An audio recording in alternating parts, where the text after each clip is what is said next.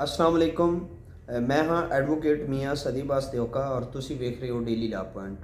अज की ये जी वीडियो है ये पंजाबी विच है और ये खास तौर पर उन्होंने पिंड वालियां दोस्तों वास्ते जिहड़े पिंडां दे रहायशी ने। ठीक है, कुछ कानूनी गल्लां जिहड़ियां मैं समझना कि पिंड वालियां नूं खास तौर पर उनका इलम होना चाहिए और वो जिहड़ियां कानूनी गल्लां ने या कुछ कानूनी मामले जिहड़े ने, ठीक है, कुछ कानूनी कागज़ जिहड़े ने उन्होंने बर वक्त फौरी टाइम पर जोड़ा ना वो बनवाने चाहिए ने ताकि कल आने वाले वक्त दे विच वो तंग ना आवन। ठीक है, तो सब तो पहले तो गल है जो कोई बच्चा पैदा होंदा है, ठीक है, तो उनका फौरी तौर पर उनकी जी पैदाइश है उनका अंदराज जी साड़ी मुकामी यूनियन कौंसल होंगी है, ठीक है, उत्थे उनका अंदराज करवा के तो उनकी जम्मन पर्ची असी उमूमन उन्होंने आने बर्थ सर्टिफिकेट आने हैं, ठीक है, पैदाइशी सर्टिफिकेट कही है वो उनकी फौरी तौर पर बनवा लेनी चाहिए है। ठीक है, उस तो बाद अगर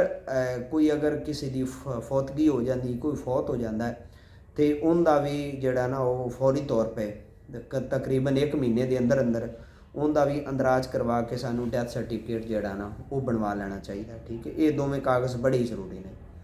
उस तो अगे जनाब अगर पिंड दे विच कोई निकाह शादी वगैरह होंदी है तो अमूमी तौर पर ना जोड़ा ना बस जबानी पढ़ा छड़िया तो 4-4 साल जोड़ा ना निकाह नूं दर्ज नहीं करवाईदा। ठीक है, ये गल्लां गलत ने। कुड़ी दी जिहड़ी उम्र है ना वो विआह वास्ते जदों उनका यानी कि उनका निकाह रजिस्टर ते उनका नाम आ सकता है, वो कुड़ी दी जिहड़ी उम्र है वो 16 साल होनी चाहिए है तो मुंडे की जिहड़ी उम्र है वो 18 साल होनी चाहिए है।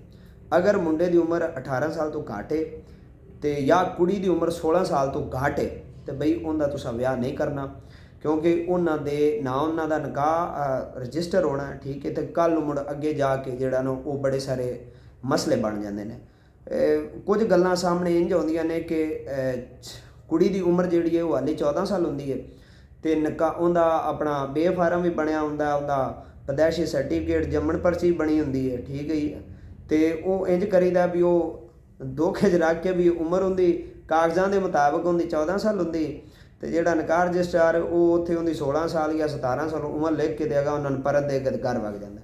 तो कल जो नादरा दफ्तर जाते हैं उदों उत्थे उन्होंने शनाख्ती कार्ड नहीं बनता तो उत्थे बड़े सारियां जिहड़ियां ने मसाइल ने उन्होंने वो फेस करना पौंदा, उन्होंने वो फिर बंदा तंग होंदा, जलीलो खार होंदा। ठीक है, ये गल्लां हो गई। उस तो इलावा जो भी कोई ज़मीन तुसी खरीदो, ठीक है, तो अपने किसी पढ़े लिखे यार सज्जन उन्होंने विच रखो। ठीक है, वो ज़मीन के कागज़ चैक करे, ज़मीन की फरद जी वो तुसा चैक करनी है, ज़मीन की फरद के मुताबिक जोड़ा वो अपना उनका स्टाम्प करवावो, मुआदा करवावो। ठीक है, उनकी रजिस्ट्री करवावो, उनका इंतकाल करवावो, ज़बानी कलामी कोई भी किसी किस्म का मुआदा नहीं करना। ठीक हो गया। तुसी जो भी एक अल्लाह के रसूल का फरमान है, जो भी तुसी कुछ काम करो तो उनकी लिखत पढ़त कर ली करो, उनके तो गवाह मुकर्रर कर लो। ठीक है, असी वो आते ने भी मूँह के मलाजे तो पग्गां नूं सलाम वक्ती तौर पर तो कर देने, लेकिन आने वाले वेले दे विच असी बड़े जोड़ा ना जलील होंगे। अगले बंदे का किहड़ा पता होंदा। मैं मूमी एक मिसाल देना हुंदा भी हज़रत यूसुफ अलैहिस्सलाम नूं जो उन्होंने भरा खूह दे विच सुट सकते हैं तो यार तुझी अगला बंदा भी तो तुहानूं धोखा दे ही सकता है। किहड़ा पता होंदा है किहड़े बंदे शैतान बैठा है, ये कोई नहीं पता होंदा।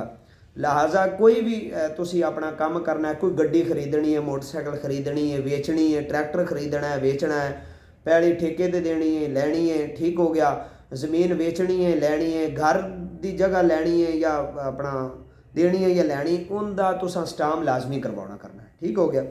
दूजी गल अपनी पैली की जी पटवारी को तुसां आप चैक करके तो उनकी गिरदौरी किले मरबे नंबर दे के गिरदौरी करवानी करनी। ठीक है, अगर कोई तुहाडे नाल तुहाडा मोबाइल खड़ी जाता है, तुहाडी सिम खड़ी जाता है या कोई तुहाडे कागज़ खड़ी जाते हैं उनकी फौरी तौर पर तुसी अपने जोड़ा ना थाने वो इतलाह लाजमी दी करो।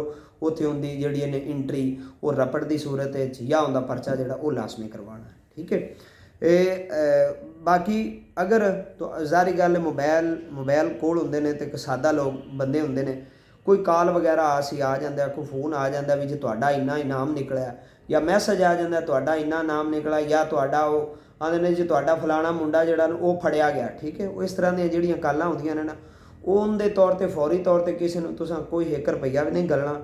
ਕਿਸੇ ਪੜ੍ਹੇ ਲਿਖੇ ਬੰਦੇ ਕੋਲ ਤੁਸੀਂ ਮੈਸੇਜ ਨੂੰ ਆਪਣਾ ਵਿਖਾ ਲੈਣਾ, ਠੀਕ ਹੋ ਗਿਆ।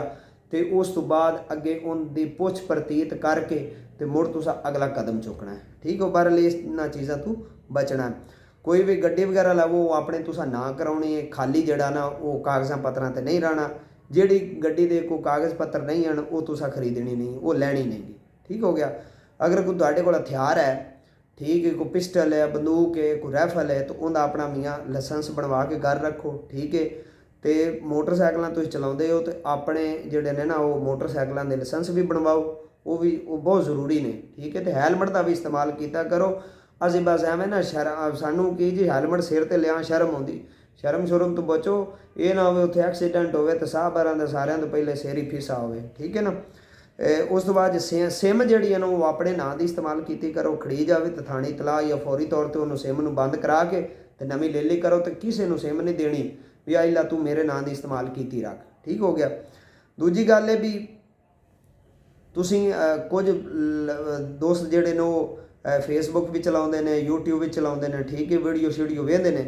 तो कोई भी ऐसी तुसा वीडियो ਜਿਹੜੀ नफरत अंगेज़ होवे, ਜਿਹੜੀ किसी मजहब के खिलाफ होवे, मसलक के खिलाफ होवे, ठीक है, पाकिस्तान के को खिलाफ होवे, तो उन्होंने तुसा अगे शेयर नहीं करना, ना ही वो वीडियो किधर स्टेटस ते लाउणा है। अपने हथियारों के टिकटॉक बना के ते वीडियो बना के तुसा उन्होंने अपने स्टेटसां ते अगां जिहड़ा ना फेसबुक वगैरह ते नहीं घलनी है, बल्कि तस्वीर ही हो जी बनाउणी नहीं, तो ना ही हो जी पोस्ट जिहड़ी है ना वो किसी नूं घलनी है, ठीक हो गया। प्यार मुहब्बत ना रह करो।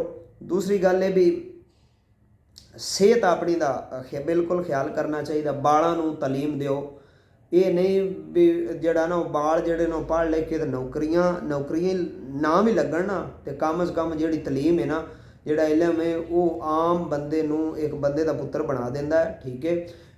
जाहल ते इलम वाले ढेर सारा फर्क है, तो ये रब ते उहदे रसूल का भी फरमान है, ठीक हो गया। इलम वाले पासे उन्होंने टोरो, ठीक है। सारा इलम ही दीन दा है, ठीक हो गया। साइंस का इलम ही दीन दा है, सारा इलम ही दीन दा, ठीक है। दुनियावी इलम वो है जिहड़ा बंदे नूं गुमराह कर देवे, बस गुमराही तो बचना, ठीक हो गया। जिहड़ा गुमराह इलम नहीं करता, ठीक है, वो सारा दीन दा इलम है। ये नहीं भी सिर्फ मसीते जिहड़ा इलम पढ़ाया जाता या मदरसियां पढ़ाया जाता इलम वो ही दीन दा, बाकी भी इलम दीन दे, ठीक हो। क्योंकि रब कुरान च थां ते आंदा है कि तुसीं गौर फिक्र करो, मेरियां बनाईयां शईयां दे बारे जुस्तजू करो ते लभो, ठीक है। इस वजह तो एक कुछ गल्लां आईयां। बाकी जे अगर कोई केस वगैरह हो जाए तो उन्होंने मियाँ अपना टाइम सिर कर लिया करो, ठीक है। तो होर हुण मेरे तो तकरीबन कुछ ज़हन च नहीं आ रहा, तो बाकी प्यार मुहब्बत ना रह करो, ठीक है। अगर उस तो इलावा कोई गल पुछनी हो तो मैनू तुसा व्हाट्सएप पर सिर्फ मैसेज करना वॉइस गल दा नहीं, मैं तो फिर जवाब दे देवा करांगा, ठीक हो गया। बाकी चैनल को सबसक्राइब करो, वीडियो को लाइक करो, शेयर करो। अल्लाह दे वाले।